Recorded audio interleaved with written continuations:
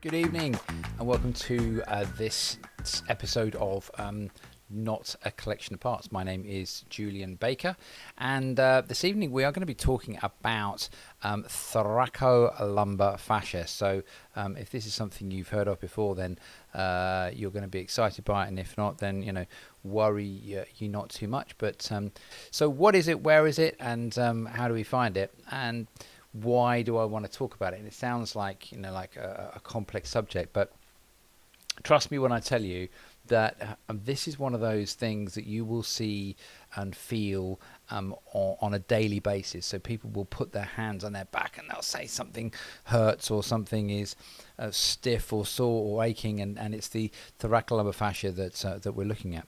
So without further ado, let's go in and have a quick look at what we're talking about. And this is this area of the lower back. We're all going to be familiar with it.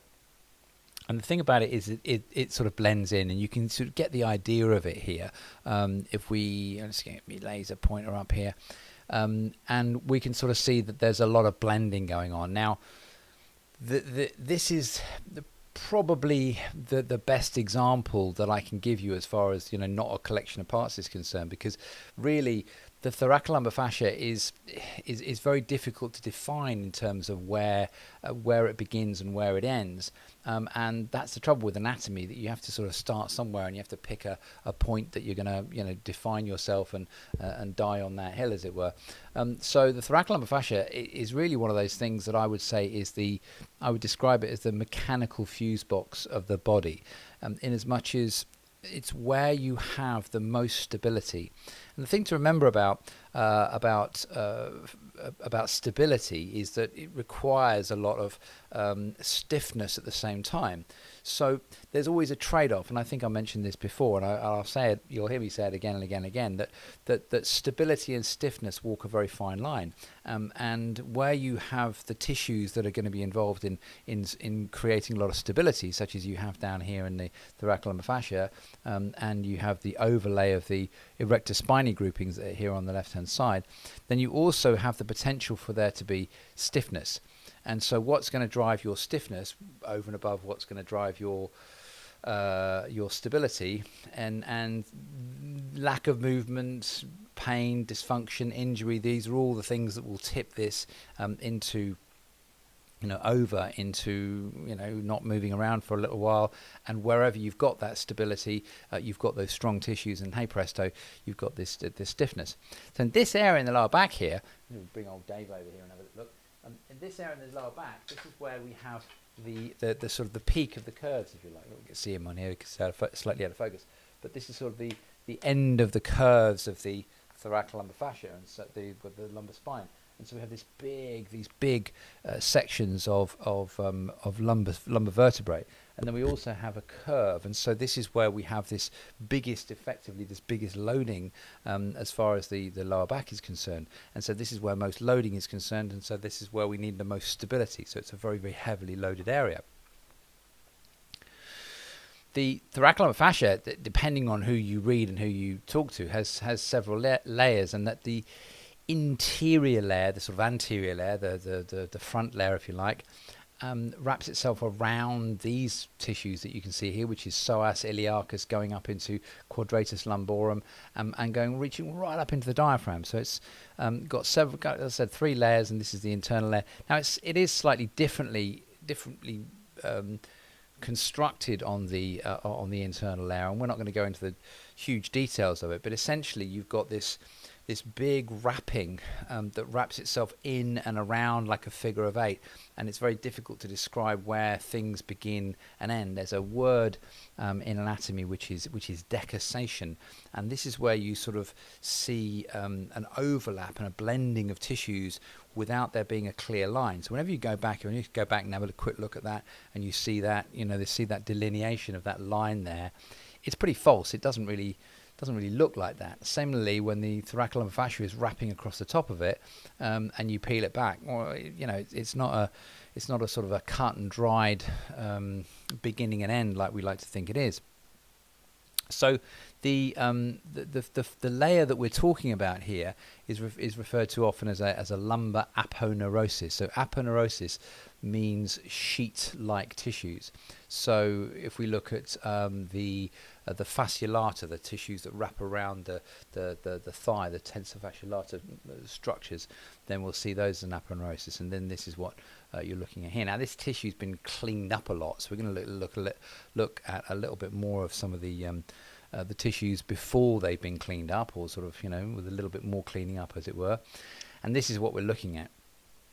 So if we look at this opening here, this is the thoracolumbar fascia here, and then this is the edge of the latissimus dorsi. And we're gonna come to this. We'll look at function as well as these things in a minute, and sort of at least have a guess of it. But you can see it's a bit messier than the most of the pictures that you're going to get, and that's the nature of it. In order to get to these tissues, you know, you're going to have to be able to. You have to take a lot of stuff away and put it in the bin, and that's really always what I'm interested in, is, you know, what's gone in the bin before you get to these tissues. Oh, missed one there. Let's go back a minute.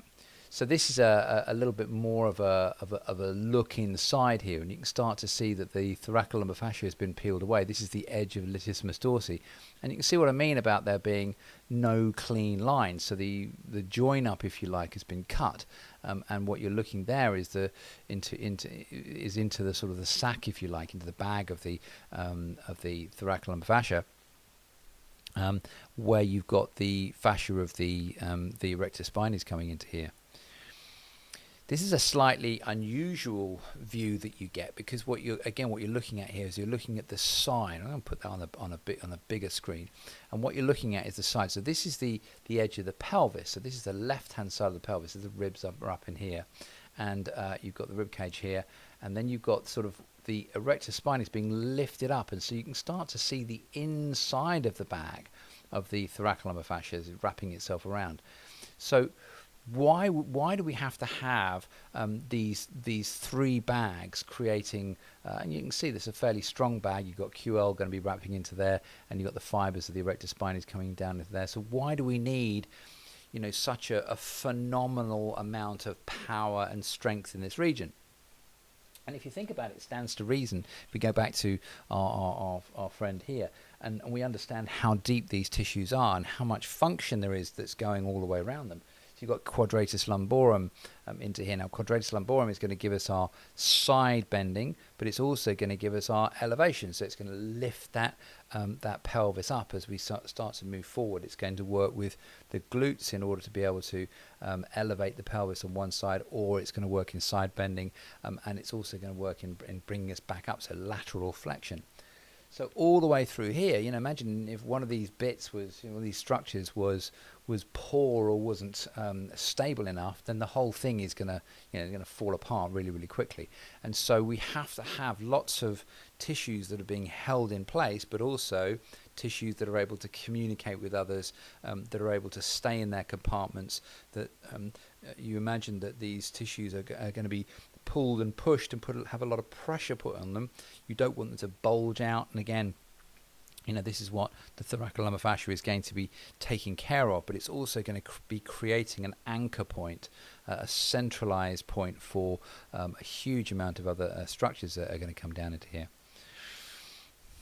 Another slightly, you know, close-up view here of that that we were looking at before, and you can see on the inside here, I don't need to see that there, but you need to see the inside. That is psoas into there, and this is the edge of quadratus lumborum. So this is psoas, and again, you're sort of looking deep into the cavity. And don't forget that you're dealing with the you're going to be dealing with the viscera haven't been taken away, so this would all be filled with viscera. And, you know, that's another point to the thoracolumbar fascia. It forms a bag around the inside of the abdomen, and it's inside of the abdominal cavity, and then you have the peritoneum, the sort of case, the sac that holds the viscera in, and that's going to be another lining, as it were, from the inside. We have a little look at the, you know, sort of from top to bottom, and we can look down and see what's going on with those sort of things. That, you know, you've got the third lumbar vertebra over here, and then you've got psoas major, and then you've got the intertransversal structures of the sort of erector spinae, and you can start to see a little bit of what we're talking about here. We start to see this structure of what we might refer to as these thoracolumbar fascia, and you can sort of think of it as being a sort of the spokes of a wheel, you know, the center, and then going around the outside. And you can see here also how what you've got is the join up of things like the transversalis fascia becoming part of the lining of the thoracolumbar fascia. So all these separate ideas, all these separate fascias are joining up. You know, they are conjoined and linked and intertwined. There isn't a beginning and an end to them, and that's the nature of the tissues of the human body. That we are bags, we sort of fold in on ourselves. If you imagine a balloon and you've blown this balloon up, and then what you've got is your fist is being pushed into that balloon, and you've sort of formed a little sack and a bag, and that's very, very much like the different aspects of the human form. So we have, you know, the starting off of in embryology, the starting off of the body is a neural tube, and then it sort of folds and folds and folds, and back in on itself.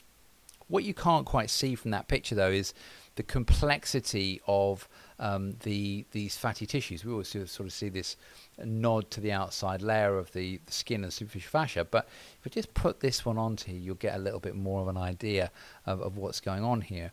And this is an area that I'm really interested in terms of, I haven't quite worked it out in my own head as far as what's going on is concerned. But what you can see here is you can see the gluteus maximus. You can see how much of the fibers going from the fatty tissue blending themselves down and through into the body. And so this is all what you might refer to as, you know, superficial fascia, but it's very, very fibrous, and it seems to sort of fold back on itself somehow around the gluteus medius in the lower back, and sort of have a look in here. It sort of doubles back on itself. I'm not quite sure fully yet exactly what's happening. I need to sort of hang out in this area a little bit more and explore it, and you know, it's something I will be doing in the future.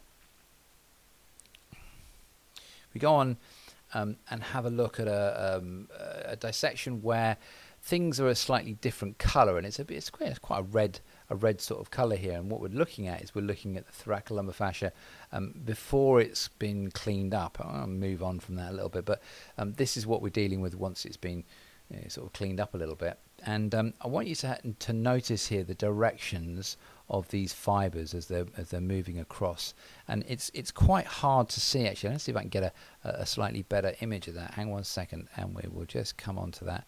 And we'll just bring that one down there a little bit. Okay. But yeah, so really what I want to do is I want to sort of zoom in a little bit. That's a little bit better. There we go. And I want to zoom in a little bit and just have a little look and see if we could identify on this where those directions are going. Is there any way that we can see this? And the answer is that once you get to one side or the other, once you get to the edge of it, you start to follow that line across, and it sort of disappears. And so you see a line going across there, and then you see a line coming across here. Now this is the top edge of the gluteus maximus. It looks here like there's a clear line, a clear delineation of muscle where muscle ends and fascia begins. It's not quite as simple as that, because the fibers of these glutes blend themselves into these different directions of the thoracolumbar fascia. And you can see here on the left hand side, this is the sort of where the central line of the spine would be, and you can see here on the left hand side where it's starting to blend itself down and across. So here is around the top of the ilium, as it were, blending themselves down through and across. So these are all differentiated functional lines. See a little hole been poked in the top there, and again there's a different lining going on there. It's a broken space, and the direction is going off slightly differently there. So we just put this video here. There's no sound to it because I'll talk over it, but it's a bit noisy when you're in the lab, and you can sort of see what I'm talking about here. That when we, there we go, you can sort of see this. I'm trying to get some light onto it so we can see it, and you can see the superficial fascia has been lifted off and scraped away. And one of the reasons I was taking this is because I wanted to show, you see those crossing over lines. Isn't that and that's it's just remarkable to see that. Yeah, there it is. Yeah, how you're literally going over the central line, crossing over the central line, in order to be able to get to, reach across. They don't stop at the beginning. They sort of blend like a sort of drop through. We just stop that there, and again, look, there it goes all the way across. You follow that line across, and there it goes onto the other side.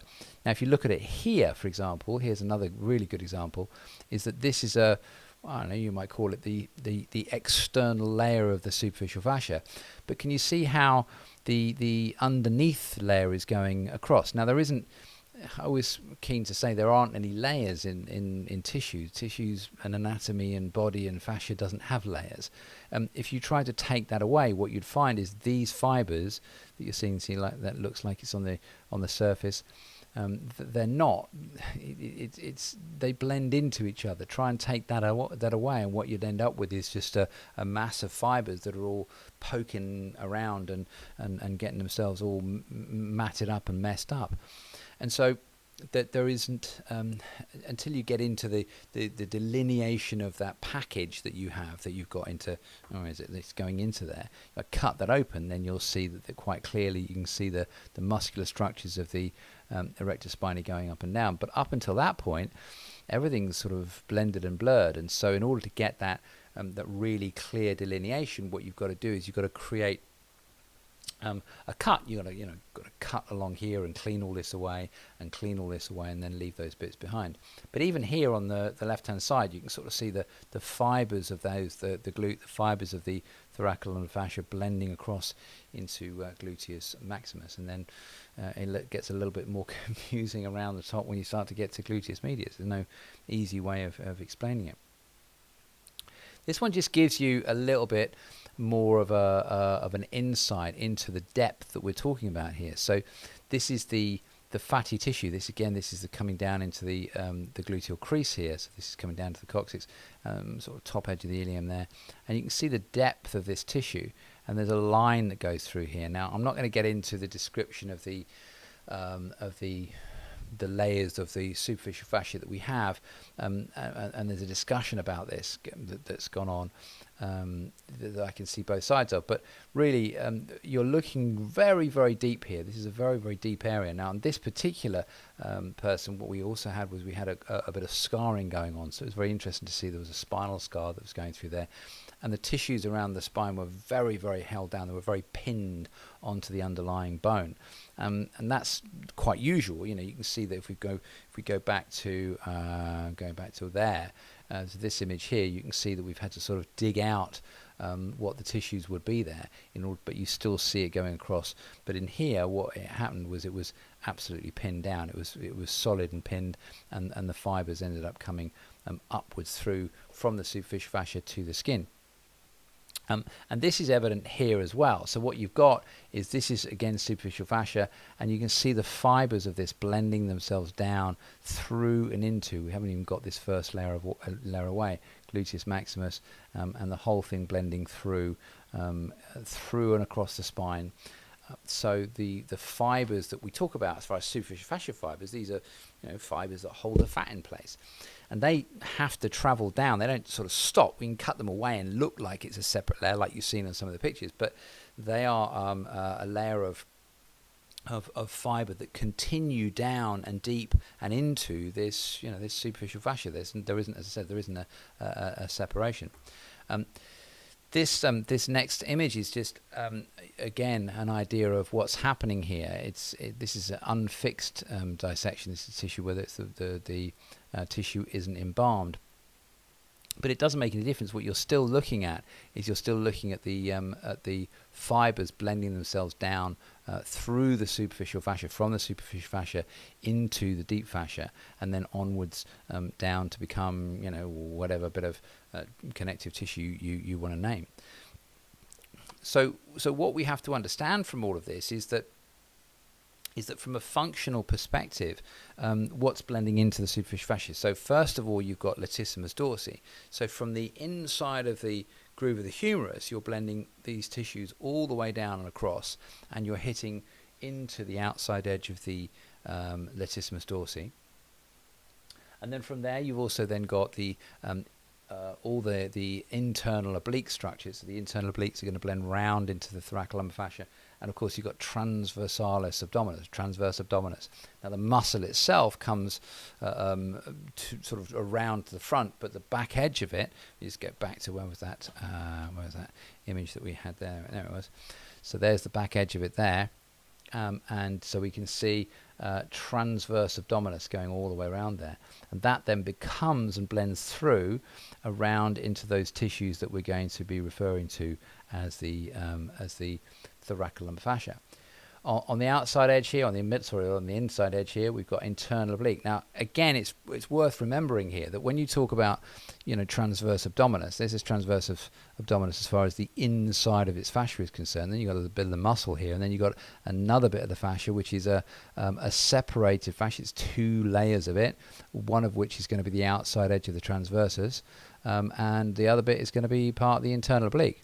Now, transverse here is being depicted as going a long way around. It's very rare that you see transverse abdominis going this far. It generally sort of comes to there, and then the rest of it is this sort of thickened layer of fascia. But have a little look also around the outside here, and this is what you call a raphe or a raphe. Raphe, I think, is a Greek word, and it sort of joins up. They blend into each other. It's not quite as clearly delineated as that. And then, of course, you've got external obliques, same sort of thing, blending itself around the thoracolumbar fascia. So the different layers of the obliques are going to be blending themselves round into the various structures that we're going to refer to as the thoracolumbar fascia. And then, of course, what else is it going? It's going right up, so it's going to continue right up. It's going to get the scarf off, and it's going to become part of the conjoined wrapping that's the tendinous tissues that are going to blend themselves up into diaphragm. They're going to be stabilizing as far as the psoas into this lumbar area is concerned, and they're going to be a layer of tissue that's sort of deep to the sort of holding around the kidneys, if you like, as well. So thoracolumbar fascia is one of those areas that it's so complex that it's very hard to pin something down on it. But I would say, because there's so many things going in and coming out from it, that you could pretty much think of it as a starting plot point for every bit of problematic connective tissue that you can imagine, and there's not really things much missing in this area. It's quite an area that you can refer to for most movements. So you've got to be stable through your walking pattern. You've got to have the ability to be stable, step forwards, move, lift your hip up, lift your pelvis up, step forward, take the weight of it, bringing it down again, and so on and so forth. So there is a and then it's got to be able to contract and lift it on the other side. And so you've got this balance going on, and you've got to then have rotation through it as well. You've got to have lateral flexion through it as well. And then don't forget that the moment that you move your head forwards or backwards, and we talked about this previously when we talked about stability and mobility as far as the head is concerned, you then load all those tissues differently. And so now if your head is loaded forward, you've got your head position in a slightly different position, head comes forward, and now you're going to have to load that thoracolumbar fascia differently as well. So it's certainly worth considering when you're looking at any of those tissues in the lower back, or anybody is presenting with any kind of back pain.